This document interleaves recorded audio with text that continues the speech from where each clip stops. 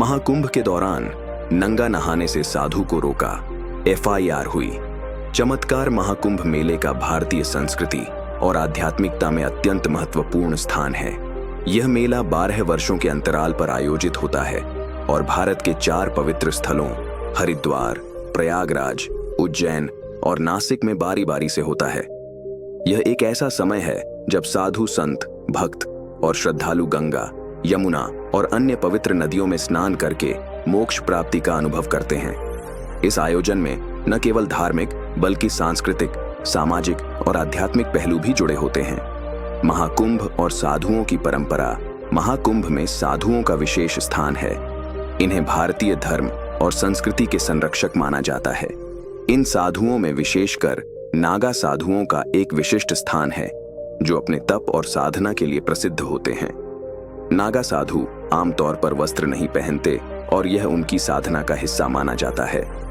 महाकुंभ के दौरान नागा साधु अपनी परंपराओं के अनुसार पवित्र नदियों में नग्न अवस्था में स्नान करते हैं, जिसे धर्म और आस्था का प्रतीक माना जाता है। घटना का विवरण। हाल ही में एक घटना महाकुंभ के दौरान घटी, जिसने न केवल धार्मिक समुदाय बल्कि आम जनता का ध्यान भी खींचा। एक नागा साधु अपनी परंपरा का पालन करते हुए नग्न अवस्था में पवित्र नदी में स्नान करने जा रहे थे।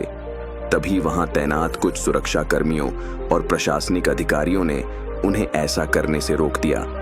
अधिकारियों का कहना था कि सार्वजनिक रूप से नग्न अवस्था में नहाना अश्लीलता की श्रेणी में आता है और यह कानून के खिलाफ है। साधु ने इसे अपनी धार्मिक स्वतंत्रता और परंपरा का उल्लंघन बताया। उन्होंने कहा कि महाकुंभ में यह परंपरा सदियों से चली आ रही है और इसे रोकना साधुओं के अधिकारों और धर्म का अपमान है। इसी बात को लेकर विवाद बढ़ गया और मामला पुलिस तक पहुंच गया। FIR का दर्ज होना इस विवाद के बाद साधु ने अपने अधिकारों की रक्षा के लिए प्रशासन पर दबाव बनाया। उन्होंने आरोप लगाया कि अधिकारियों का यह कृत्य उनकी धार्मिक स्वतंत्रता और परंपरा पर हमला है। इस मामले में साधु की ओर से संबंधित अधिकारियों के खिलाफ FIR दर्ज करवाई गई। FIR में यह तर्क दिया गया कि भारतीय संविधान के अनुच्छेद 25 और 26 के तहत हर नागरिक को अपने धर्म का पालन करने की स्वतंत्रता है। नागा साधु ने कहा कि उनकी परंपरा का पालन करना और नग्न अवस्था में स्नान करना उनका धार्मिक कर्तव्य है, जिसे रोका जाना असंवैधानिक और अनुचित है। धार्मिक स्वतंत्रता बनाम कानूनी नियम। यह मामला धार्मिक स्वतंत्रता और कानूनी नियमों के बीच संतुलन का प्रतीक बन गया। एक ओर भारतीय संविधान हर नागरिक को धार्मिक स्वतंत्रता का अधिकार देता है, तो दूसरी ओर सार्वजनिक स्थानों पर नग्नता को अश्लीलता के दायरे में माना जाता है। प्रशासन का कहना था कि महाकुंभ में लाखों लोग उपस्थित होते हैं, जिनमें महिलाएं और बच्चे भी शामिल होते हैं। ऐसे में सार्वजनिक नग्नता से अशांति फैल सकती है और यह समाज के एक बड़े वर्ग को असहज कर सकता है। दूसरी ओर साधु और उनके समर्थकों का कहना था कि यह सदियों पुरानी परंपरा है और इसे रोकने का कोई अधिकार प्रशासन को नहीं है। समाज की प्रतिक्रिया। इस घटना ने समाज में 2 मत उत्पन्न किए। एक वर्ग ने साधु का समर्थन किया और इसे धार्मिक अधिकारों का हनन बताया। उनका कहना था कि महाकुंभ साधुओं और उनकी परंपराओं के बिना अधूरा है। यह मेला धर्म और संस्कृति का संगम है, जहां इन परंपराओं को सम्मान मिलना चाहिए। दूसरी ओर एक वर्ग ने प्रशासन का समर्थन किया और कहा कि आधुनिक समय में सभी को सार्वजनिक शिष्टाचार का पालन करना चाहिए। उनका तर्क था कि परंपराओं का पालन महत्वपूर्ण है, लेकिन उन्हें आधुनिक समाज के नियम कायदों के साथ संतुलित किया जाना चाहिए।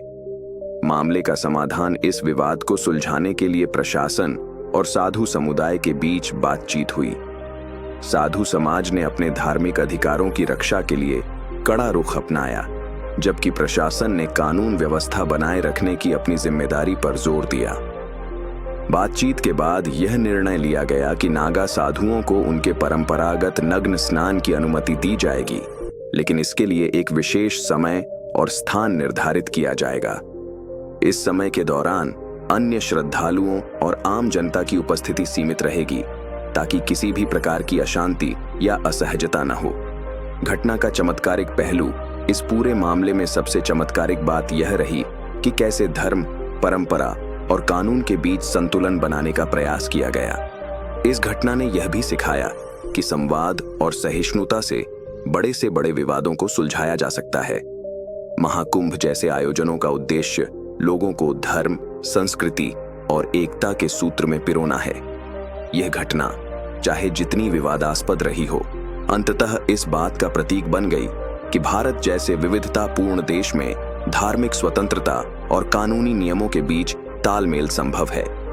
निष्कर्ष, महाकुंभ के दौरान साधु को नग्न स्नान से रोकने की यह घटना एक ऐसा उदाहरण है जो धार्मिक परंपराओं और आधुनिक कानून के बीच की जटिलता को दर्शाती है। यह घटना हमें यह भी सिखाती है कि भारतीय संस्कृति की खूबसूरती इसके विविधतापूर्ण और सहिष्णु स्वभाव में है। यह विवाद, समाधान और संवाद की प्रक्रिया हमें यह याद दिलाती है कि धर्म और कानून दोनों का उद्देश्य समाज को बेहतर बनाना है। महाकुंभ जैसे आयोजनों में जहां लाखों लोग आस्था और श्रद्धा के साथ जुटते हैं, ऐसी घटनाएं भारतीय समाज की गहरी परंपराओं और उनके आधुनिक स्वरूप को समझने का अवसर देती हैं।